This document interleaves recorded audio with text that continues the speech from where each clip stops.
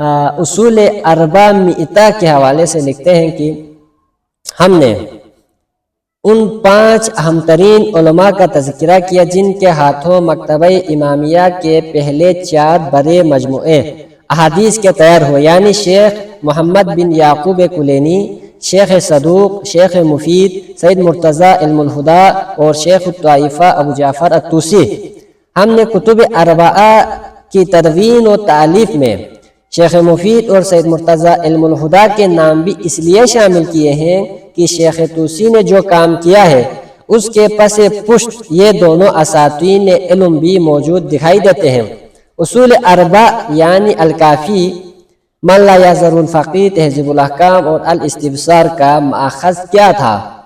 عمومی رائے اس بارے میں ہے کہ ان کی بنیاد اصول اربع مئتہ یعنی 400 اصول یعنی اصل کتاب ہے جو حضرت علی علیہ السلام سے لے کر امام حسن العسکری علیہ السلام کی شہادت تک اماموں کے اصحاب نے تالیف کی۔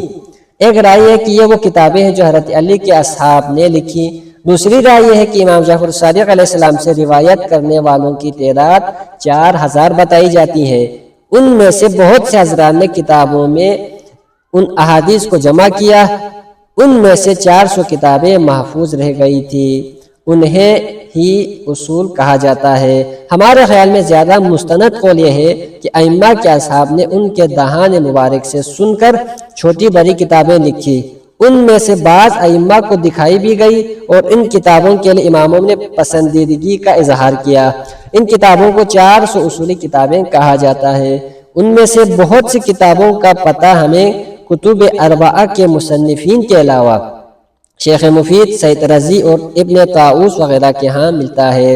اصول اربعہ یا کتب اربعہ کی بنیاد صرف یہی کتابیں نہیں تھی بلکہ زبانی روایت جو شیوخ روایت یا شیوخ اجازہ سے چلی آ رہی تھی وہ بھی اس میں شامل تھی۔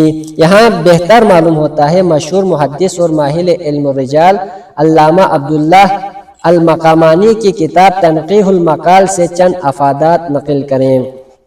وہ لکھتے ہیں یعنی یہ بات تواتر سے اور ایسی روایت سے معلوم ہوئی ہے جو قطعی قرائن پر ہے سے پر ہے کہ ائمہ کے معاصرین ہمارے قدیم علماء کا طریقہ تینوں محمدوں یعنی کلینی، صدوق اور طوسی کے عہد تک جو 3 صدیوں سے زائد پر محیط تھے یہ تھا کہ وہ احادیث کو ضبط و تدوین کرتے تھے ائمہ علیہ السلام کی مجالس میں، اور وہ اس خوف سے کہ کہیں بھول نہ جائیں انہیں جلدی سے لکھ لیتے تھے اور ان احادیث کو ائمہ علیہ السلام پر پیش کرتے تھے۔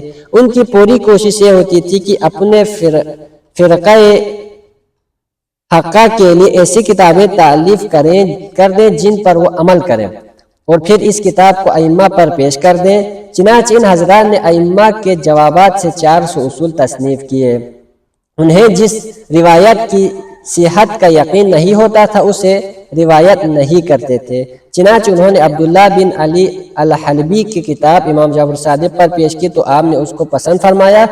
اس طرح امام حسن العسکری علیہ السلام پر یونس بن عبد الرحمن اور فضل بن شاذ ان کی کتابیں پیش کی گئی تو انہوں نے ان کی تحسین فرمائی۔